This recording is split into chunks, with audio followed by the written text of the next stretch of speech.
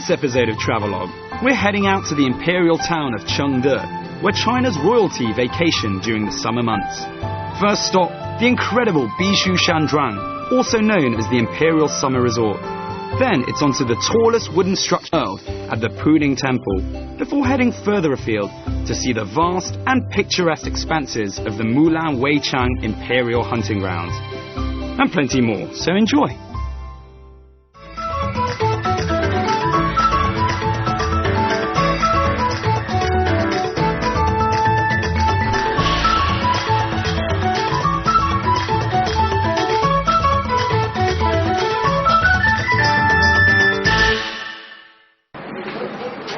Hi, welcome to Travelogue.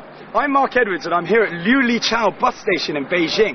Now Beijing is one of my favourite cities. There's just so many things to do and places to see, but it can get pretty stiflingly hot at times, like it is today. Now I've heard of a place where emperors and empresses used to go away for the weekend, or even for a bit longer, to get away from the Beijing heat. So we're going to go and check it out. It's a place called Chengde. It takes 4 hours, I've been told, by bus. You can also get there by train, but let's get ready for a little royal getaway. The imperial town of Chengde is situated in Hebei province, about 250 kilometers northeast of Beijing. Unusually, it's actually quicker to get to Chengde by car or bus than it is by train. If you take the new direct highway, the journey can be made in around 4 hours. As for the bus, you can catch one from either Sehui, Xijimen, Dongzhimen or Liulichao bus stations.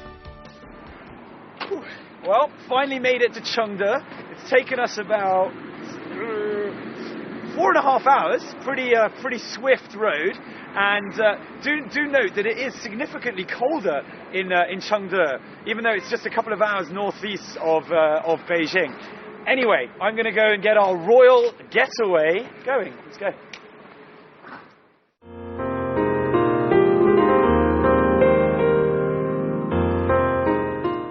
The town of Chengde itself is a rather small place and is mostly focused on the tourism generated by the many attractions in the area.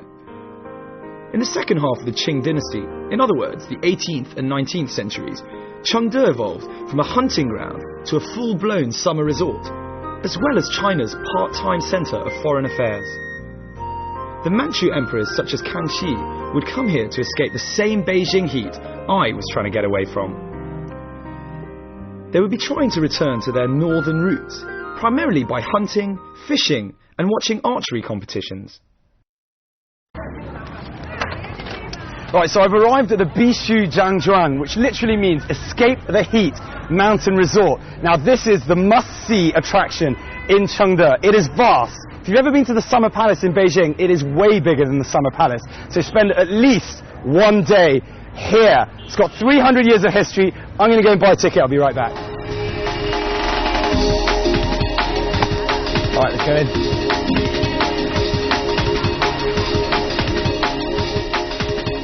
The Bishu Shanzhuang comprises 4 distinct parts: the palace, lake, plain and mountain area. It's twice as big as the Summer Palace in Beijing. So you can imagine what an impressive sight it would be for domestic and foreign dignitaries arriving here, or even modern-day tourists like myself. Ever wanted to feel like an emperor and stroll around his playground? Well then this place is it. This is the main hall of the mountain resort. Name is the Frugality and Placidity. It was built in 1711. Just one quick question. It seems very, very plain, or like one-coloured, considering it's like a royal palace. Why is that? Yes, very simple, no colours. I think this is because the Emperor Kangxi want to respect the leaders of a minority nationality, because they build a lot of temples splendid around the mountain resort. Another reason, this is the reigning palace, not the main palace in Beijing. Okay. So I think that is suitable for the environment of the mountain resort. And they didn't want to show off too much, you know. Yes. Lots of colours. Yes. Oh, right. Okay. It's very simple. Yeah, I think this is the 2 reasons. The magnificently simple and yet elegant Hall of Frugality and Placidity is the main building in the mountain resort. It's also known as the Nanmu Hall because it's built of a fine-grained hardwood called nanmu. When it rains, the Nanmu wood gives off a heady fragrance. The function of this palace is for the emperor to hold the meetings with other officials. What do you guys think of this place? It's old. They're a little shy. Who's not shy here who wants to tell me what they feel about Chengde? These were actually children from the German International School in Beijing. Summer resort. good. It's very nice here. Not too hot. Not too hot. Not too hot. Better than the Forbidden City? Really? Why is it better? It's because it's not so hot. When I was younger, not so hot. Always all people came and wanted to shoot photos. The Forbidden City is so boring. Here there are not so many people. Not so many people. And it's not so hot. Yeah. Well, that's one of the main reasons that they actually built. It's worth noting that the wings in each courtyard of the main palace house various exhibitions, such as porcelain, clothing and weaponry. Since the hall was regularly used as a place to entertain foreign and domestic dignitaries, the majority of the pieces on display would have been gifts to the emperor and empress. A couple of questions. Donc, pourquoi vous avez choisi Chengde de tous les endroits en Chine? Pourquoi on a choisi celui-là? Ça fait partie d'un des endroits, c'est pas le seul. Moi personnellement, je suis les traces des empereurs. Donc je veux savoir tous les endroits où ils sont passés et surtout celui-ci. Parce que celui-ci est plein d'histoires. Très intéressant. The lady's just explained she's actually come here because she's following a trail around China, following an emperor's trail around China. So obviously this would be one of the most important places, well, certainly one of the places you wouldn't want to miss. Like the Summer Palace in Beijing, a vast area of the mountain resort is lakes. The lake area lies directly north of the palace area. There are a grand total of 8 islands dotted over the lakes. Keep an eye out for Chung Lake, which is the deepest, and the Ruohe Spring, which is famous for its crystal clear waters. This is the perfect place to come in the summer and mess about on the water.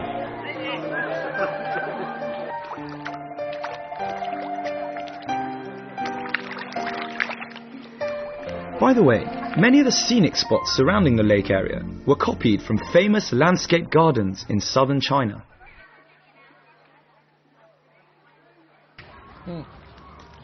Oh, sorry. Well, I've decided to take a quick rest at the Imperial Summer Resort, just because A, it's so vast, and B, I've got a lake to my left, wooden cabins around me, and just wildlife hanging around. Now, I've been told by my tour guide that they love to eat bread or biscuits, and I luckily happen to have a few biscuits haven't quite polished off this morning, so let's feed them up. Right. Oh, they do like biscuits. Cool.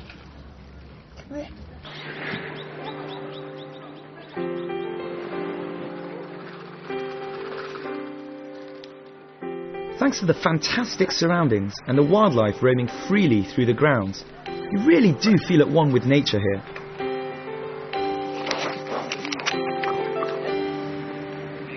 You can understand why this would be so popular with royalty. But take away the emperor and empresses, and not a huge amount has changed. The resort is filled with people coming to play games, have a picnic, and generally just enjoy themselves. It's really the perfect place to spend a summer's day enjoying the great outdoors with some friends.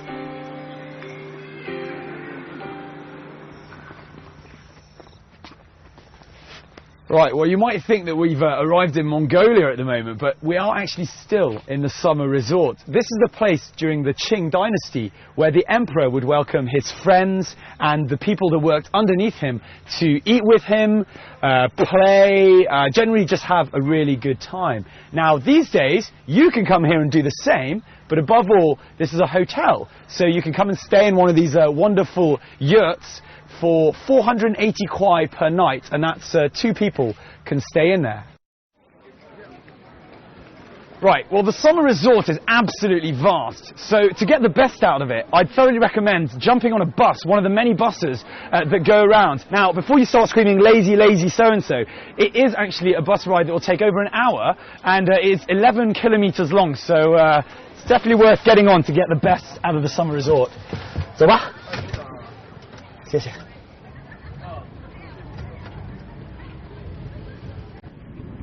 I'd say it's almost essential to take one of these little buses if you really want to get the most out of the summer resort. some of the best views can be found at quite a considerable distance away from the palace area. The drivers stop at all the scenic spots, and you can take your time wandering about, snapping away with your camera. The resort seems to be designed rather like China itself, with Mongolian grasslands to the east, mountains to the west, and lakes to the south. It's quite surreal to be strolling around on the wall surrounding the resort, which has a bit more than just a hint of the Great Wall about it. Add to this the views. On the one side, you seem to be looking at one of Tibet's must-see sights, the Potala Palace, and on the other, magnificent countryside.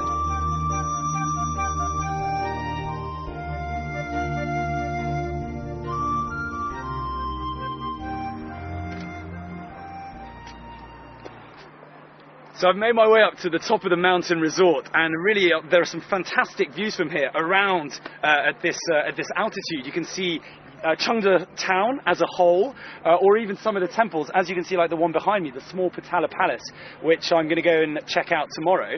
And you also have a great view within the mountain resort as a whole, so you can see all of the wildlife and the lakes. But don't just take my word for it, come and check it out for yourself.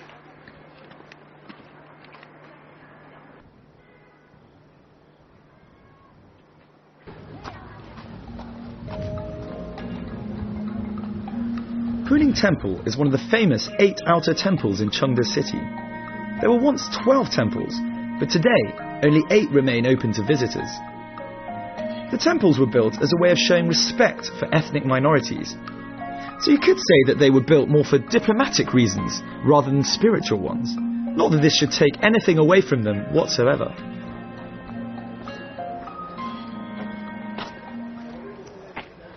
So I'm here in the centre of the Puning Se, the only active temple in the whole of Chengde. And it's extremely special because it's been designed with 2 different styles of architecture. Behind us we have the Han architecture, which you see on your way in. And as you move gradually further towards the back, you'll see that the architecture they use is Tibetan. And if you come here during the summer, you'll also find plenty of Buddhist festivals to enjoy. Now I'm going to go inside towards the music and go and see the tallest wooden statue in the world.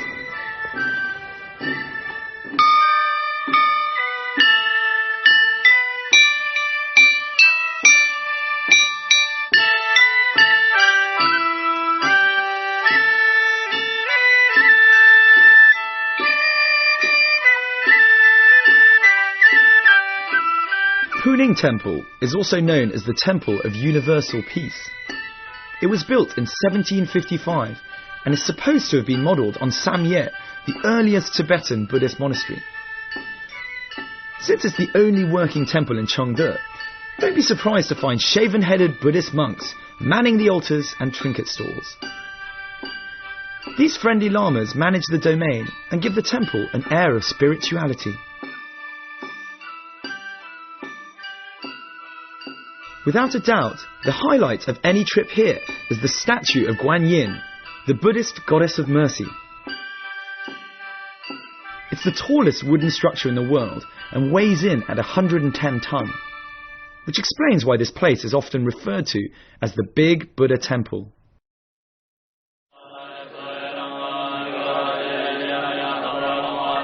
If you can drag yourself out of your comfy bed in time, I come to the temple at 8 o'clock in the morning. It's then that the monks begin their daily morning class. It's definitely worth coming to have a look if you have any interest in Buddhist culture, or even if you're just curious.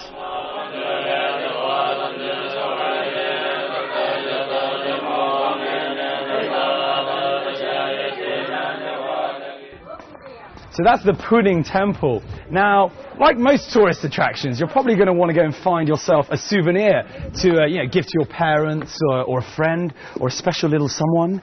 Well, here at Puning Temple, they've gone one further and one better than a gift shop. They've got an entire street called the Puning Street where you can buy those gifts, hang out with people dressed in traditional Qing outfits, or even play the many games that are on offer. Let's go and have a look.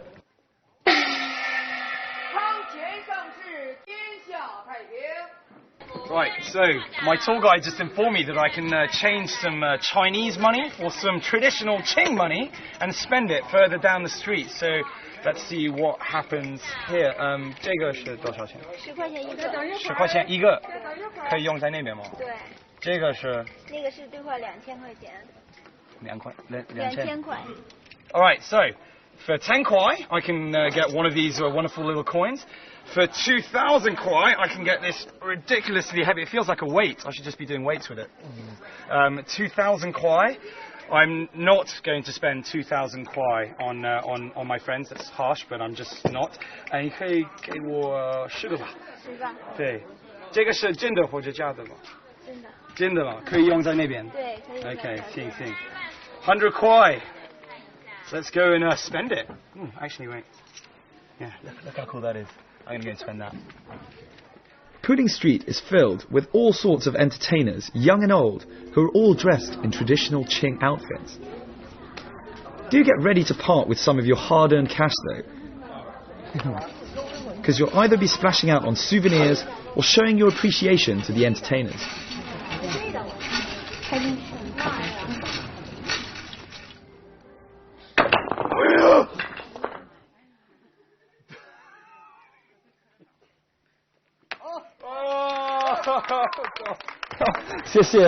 That was really good. Wow.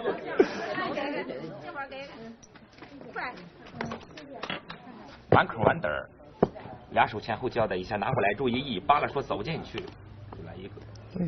一个、两个、三个、2个、1个，拿起来轻轻一扣，扣上它，注意把它交在手里，这里没有，这里3个，非常快。能看明白不？你好。他会说英语吗？不会。英语不会说。Apparently he can speak Chinese but not English. 你好。你必须教他英语。Hello. 你好。Oh, that sounded like go away or something. Oh, something even worse than that. Cool. 你好。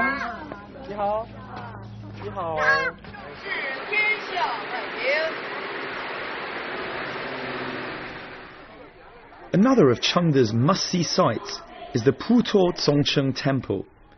Set against a mountainous backdrop, the temple is a spectacular sight.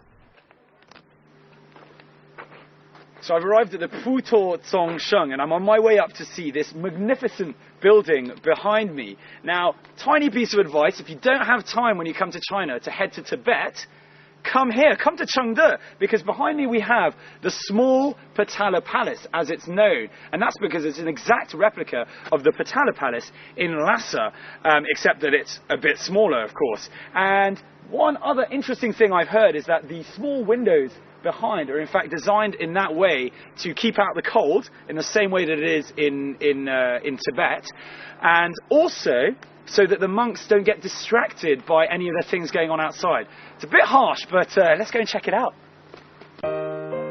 Built between 1767 and 1771, during the reign of Emperor Qianlong, the temple goes by the nickname the Small Potala Palace. It was built specially for the visiting heads of various Tibetan and Mongolian tribes who came to celebrate the emperor's 60th birthday. It was hoped they would feel at home in more familiar surroundings. The temple represents a fusion of Chinese Han and Tibetan architectural styles. I must admit that I was unaware of the fact that the Chinese and Tibetans were like one family a long time ago. If you really don't have time to head to Tibet, swing by Chengde to get a taste of the Tibetan culture. Try spinning the old brass prayer mani wheels for good luck, but make sure you spin them clockwise.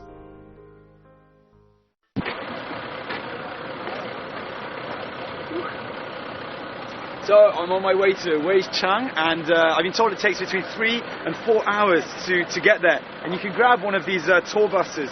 They go every day. But in case you do want to go off the beaten track, you can hire your own 4x4 Jeep to take you there with a personal driver. I'm going to head out. Important to be polite.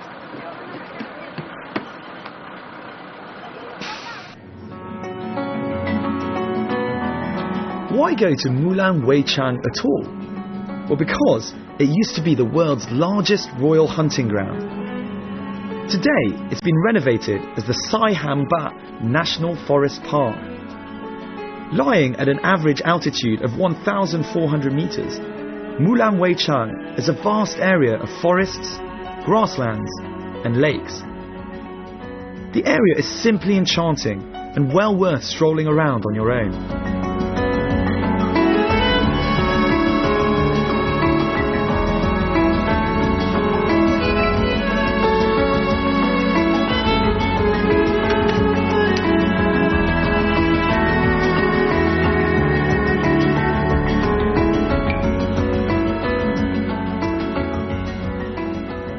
你好，我问你一下，你从哪里来的吗？山东。山东，怎么来吗？来车。你自己开车吗？我们一行6个。是你的一次来围场吗？第二次。第二次吗？ 7月份最好，7月份我们来住了4天，拍了3天的那个晨雾，非常漂亮。是吗？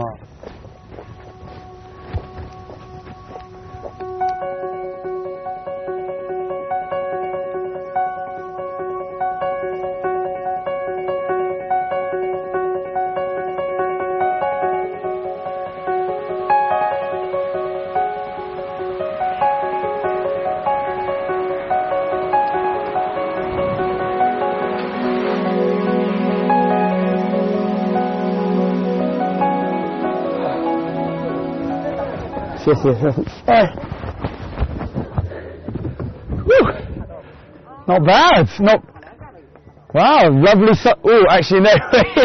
it's okay. Don't be fooled by the sun. I've arrived in Yudalco. It's lovely, beautiful day, and it is absolutely freezing though. My hands have just suddenly frozen. As long as there's not too much wind. But yeah, so arrived in Yudalco, and this is a place where in the summer. People love to come here because you can go on the lake, take a boat ride on the lake, you can come horse riding, there's archery, there's all types of hunting, there's just lots of fun to be had around here.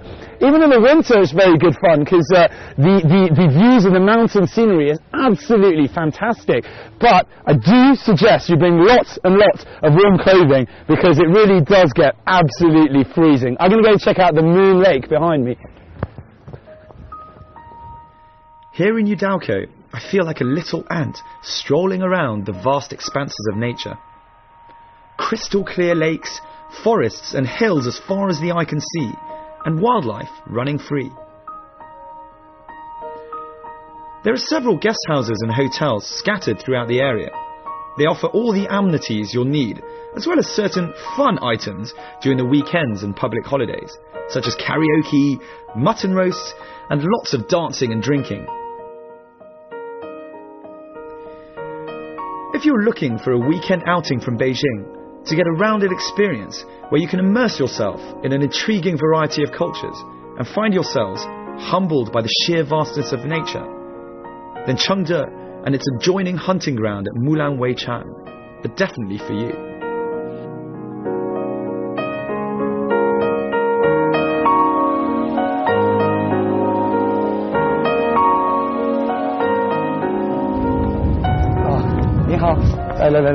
来，是你的车吗？对，我车。哪个是你的客人吗？这都是我的客人。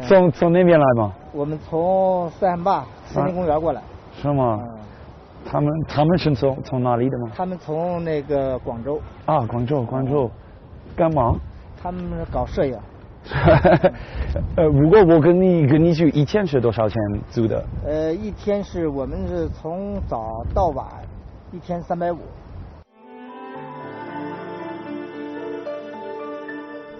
The Mulan Weichang Imperial Hunting Ground is absolutely vast. It can be visited at all times of the year, although of course each season brings with it a different appeal.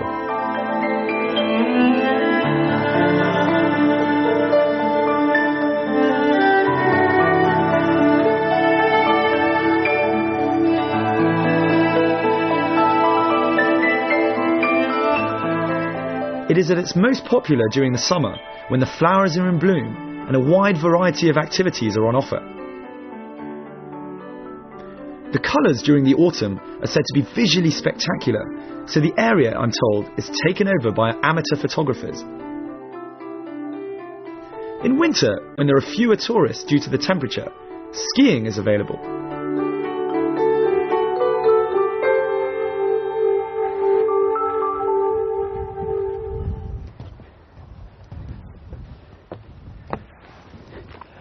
I just took a bit of time to myself down by the one of the many lakes that you can find in Weicheng, and they're literally spattered all over the place.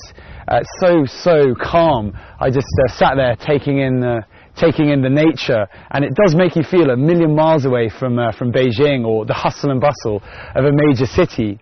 Anyway, I hope you've enjoyed the last half hour and our trip around Chengde, and especially the royal getaway that is this wonderful place. I'm Mark Edwards, and I'll see you very soon on another episode of Travelogue.